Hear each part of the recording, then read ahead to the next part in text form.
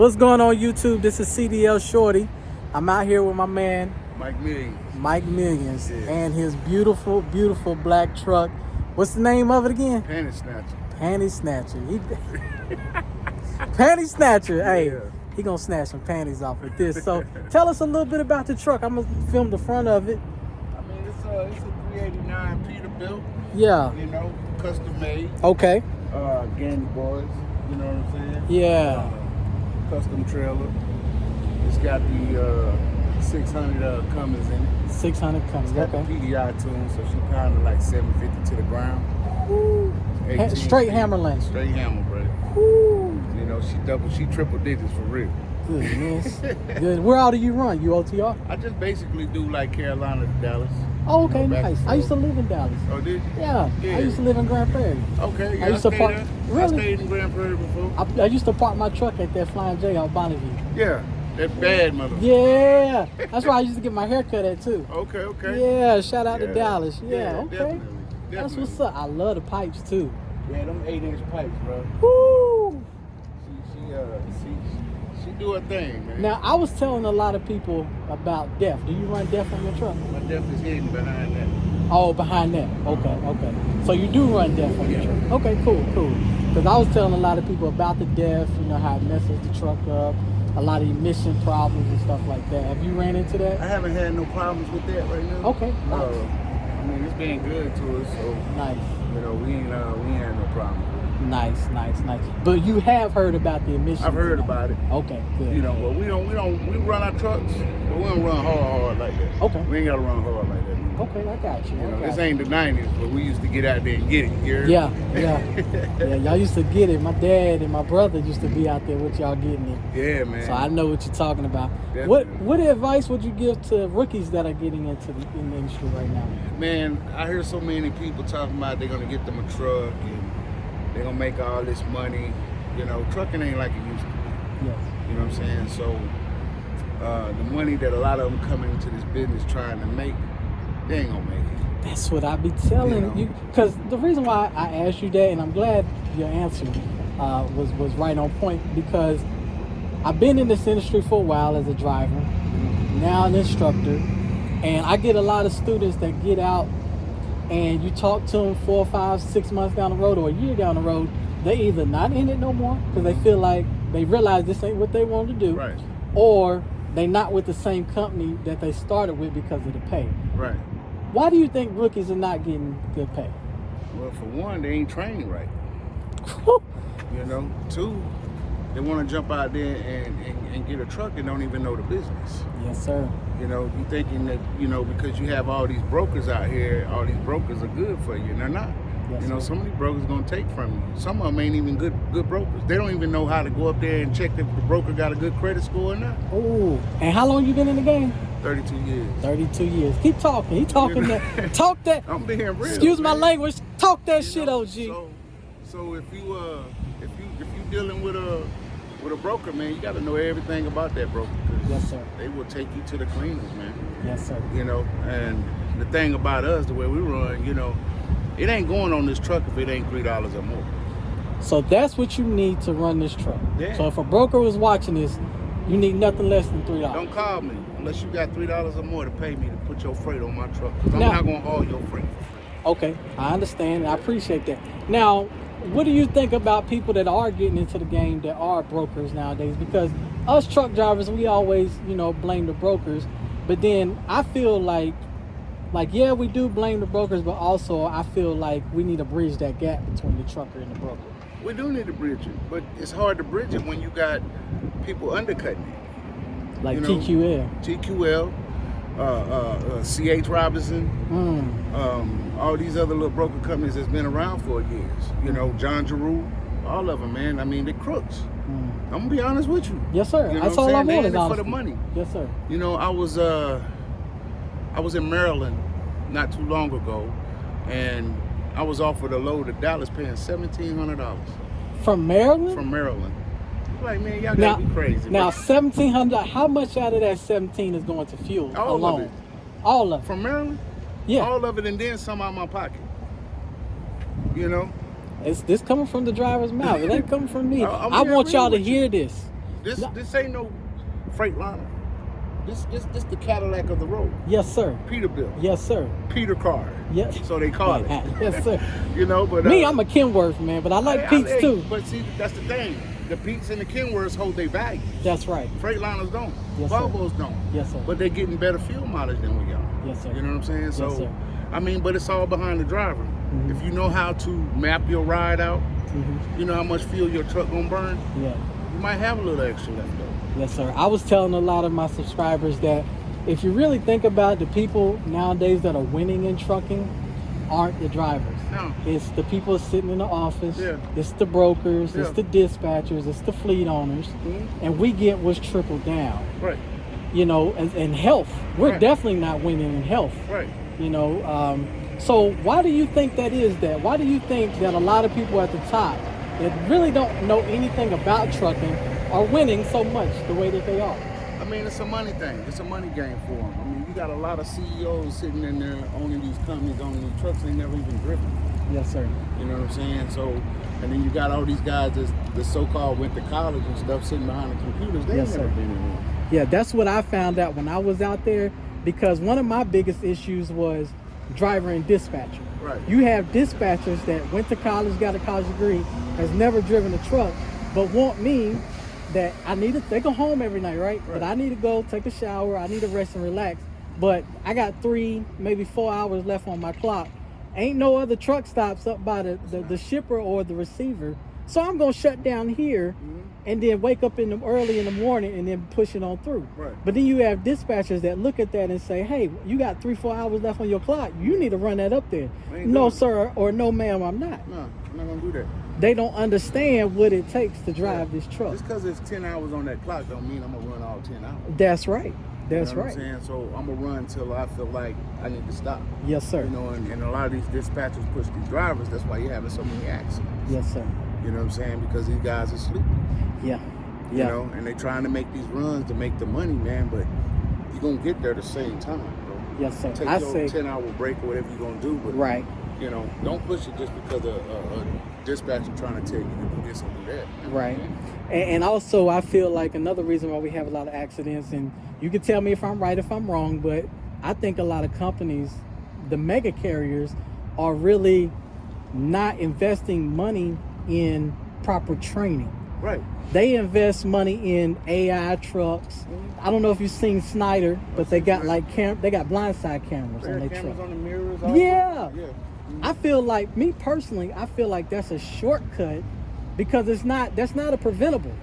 That's just okay, let's help the driver out. But if you take that money and you spend it in proper training and stop putting people that don't have no business driving a truck, stop throwing them in there. Right. Because I'll tell you what's happening at the school setting. This is what's happening. They go to school for 3 or 4 weeks, right? Right. After that, they push them through. Right. They push them through.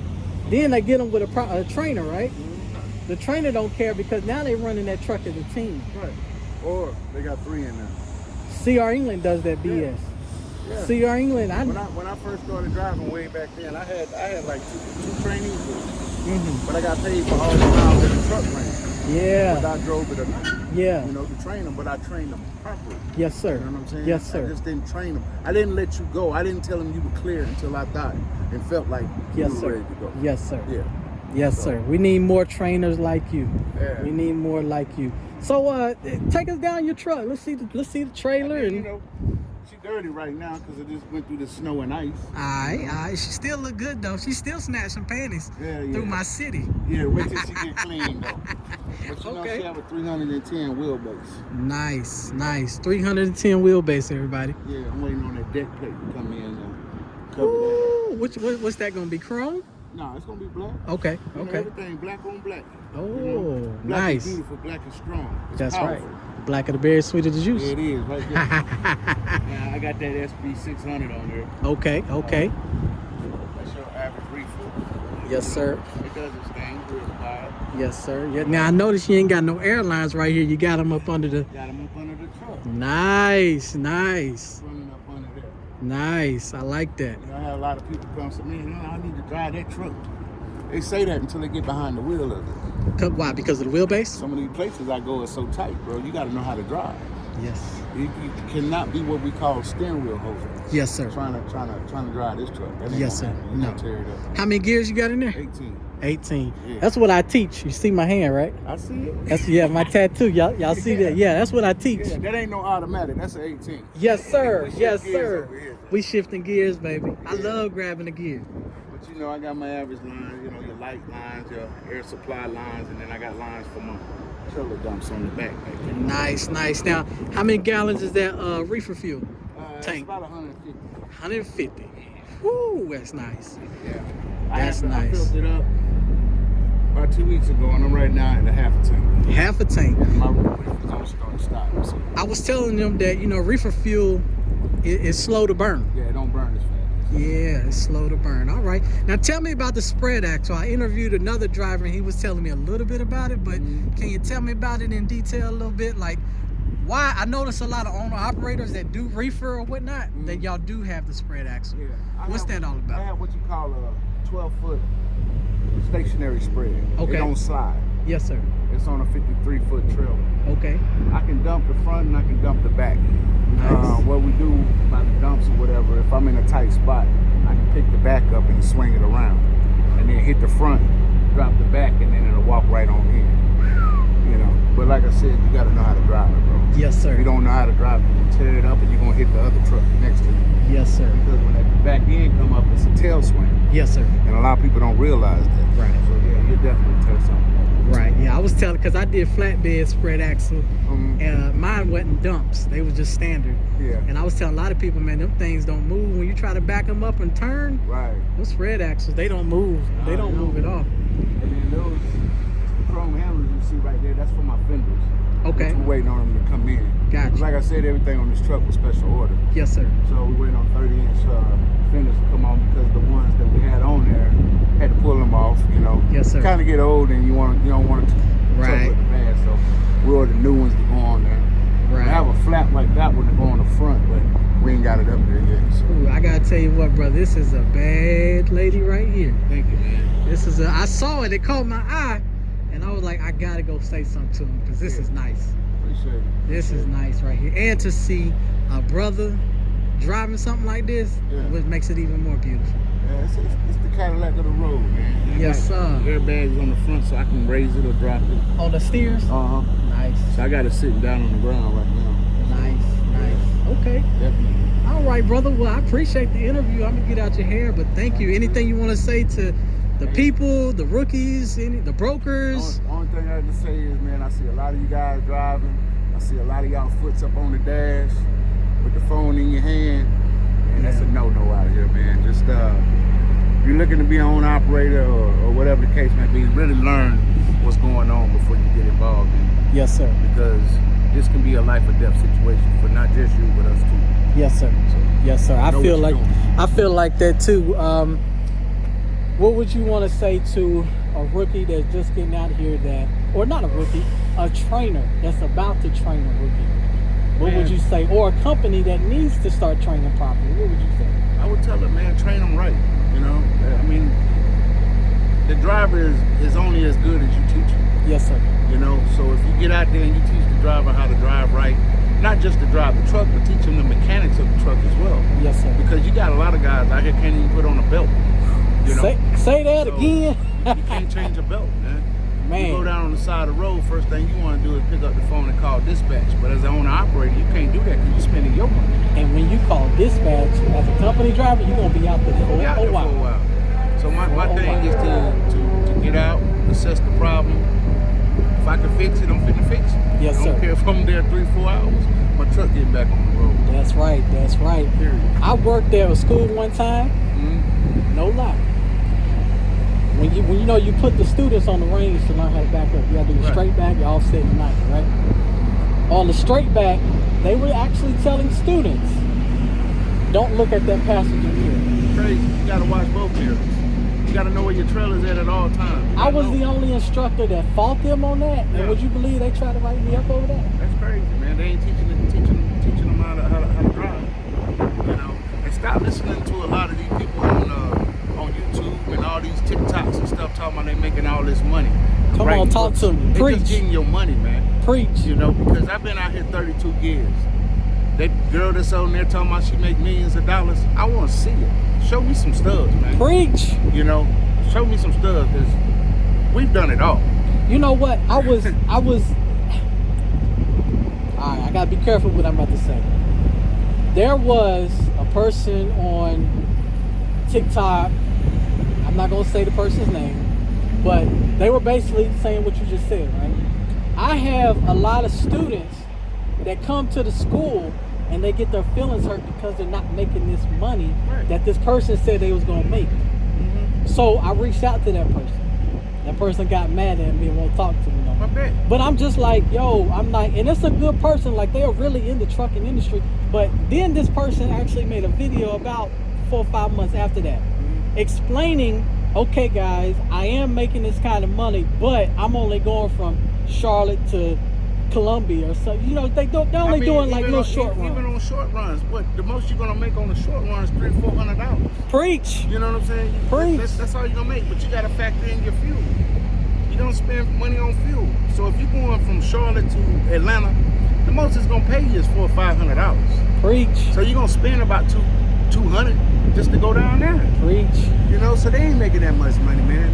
Get out and learn this stuff on your own. What I think about it is, it's like trucking has been exploited right now. It's like the new fad. Right. Everybody jumping in, and now everybody jumping out. Yeah, they can't handle it.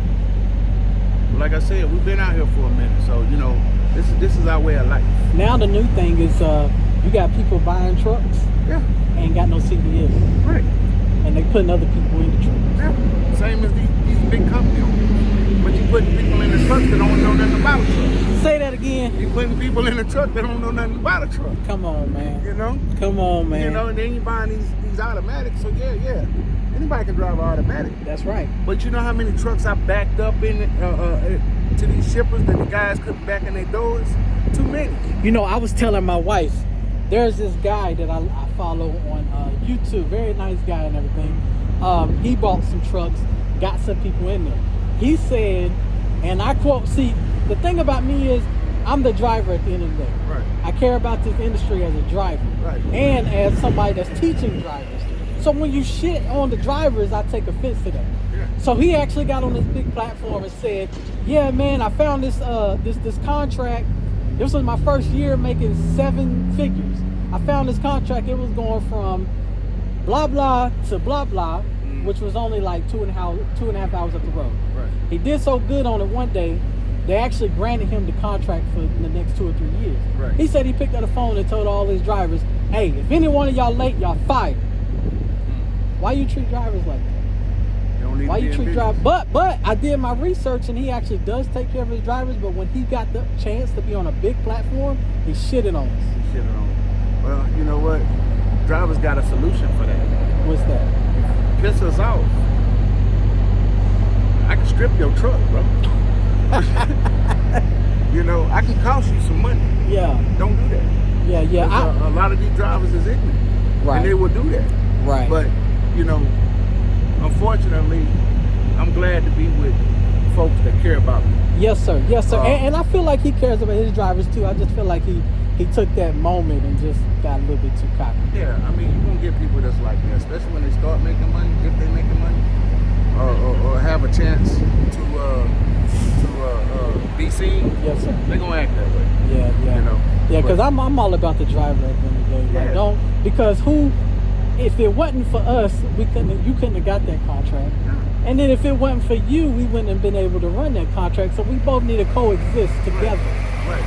I like half of them to do some of the stuff we do. We do LTL. So we do multiple stops. Yes, sir. You know, you wanna see how good a driver is? Mm-hmm. Put them out there on some of this LTL, going to some of the places we got.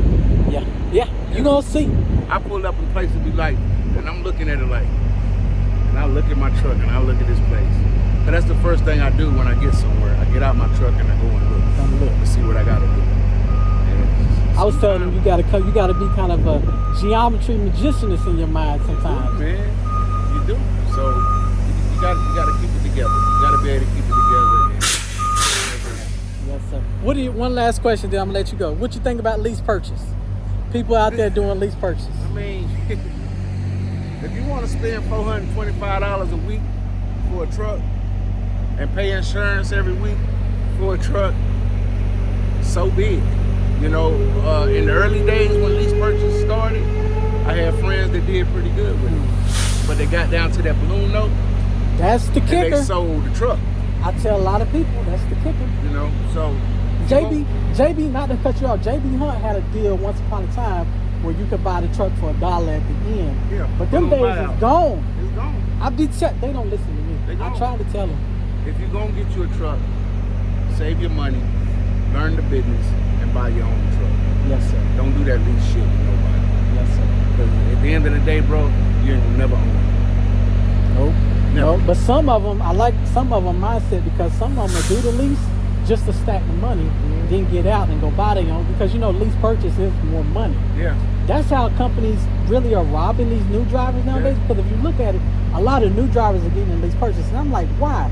First of all, they starving them out because you ain't making nothing your first year. Exactly. Then they say, well, why don't you want to be a lease? Come on, be a lease purchase. Yeah. Then they go sign the contract, be a lease purchase. Then they hit them with this. Well, why don't you become a trainer? Mm-hmm. That's how they getting their money up. Yeah. That's how companies are using these cats. And not only that, man, that lease purchase shit is good for people that ain't got no home. Because the minute you go home and you stay home 3 or 4 days, and you come back out, you in the hole. You in the hole. So now you're running even harder.